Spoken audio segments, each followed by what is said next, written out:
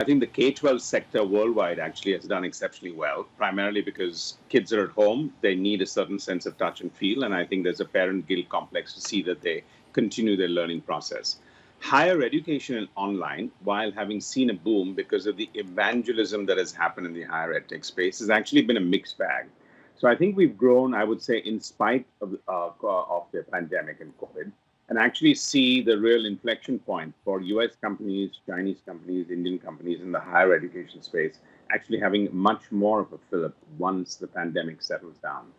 Today, if you look at it, actually, more and more people in India, while everyone feels they're inbound, obviously, therefore, online is the right place to go. But at the same time, the higher education space is linked to job availability and job access. So it's a mixed bag today between the urgency of using online education as a way to upskill and uplearn with the insecurity that will you have some of the jobs that you need.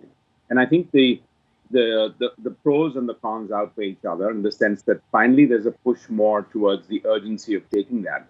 Because more and more, I think the pandemic has forced organizations to look at a focus where the top 50 percentile of your organization has to move from generalist to specialist and therefore survive.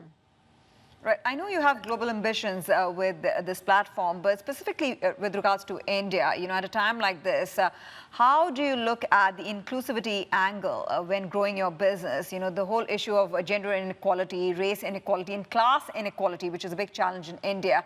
How do you make this business accessible to all and make it more equitable?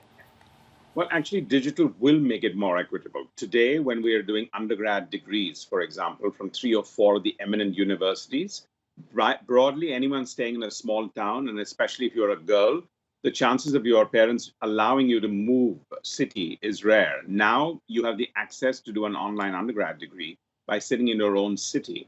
So actually, the accessibility with online has even moved.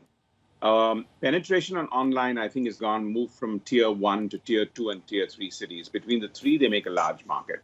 I think rural is where the challenge will be as we go forward. But there's a 300, 400 million base there in the tier 1, tier 2, and tier 3 market, which itself is pretty large. Mrs. Screwvala, hi, this is Christine. 2020 was clearly a breakout year for you because of the pandemic. Everybody had to go online. What happens post-pandemic when there's change? How will you factor that into your business model as you grow the company? The core for any working professional who's not just in college, actually, for them, the choice is very limited. And the pandemic has brought center stage the very urgency of online. So if you've got a job, you have an option of taking a year off, which not many people do. Most people in developing countries actually come in and get into their jobs at a very early stage because of socioeconomic reasons.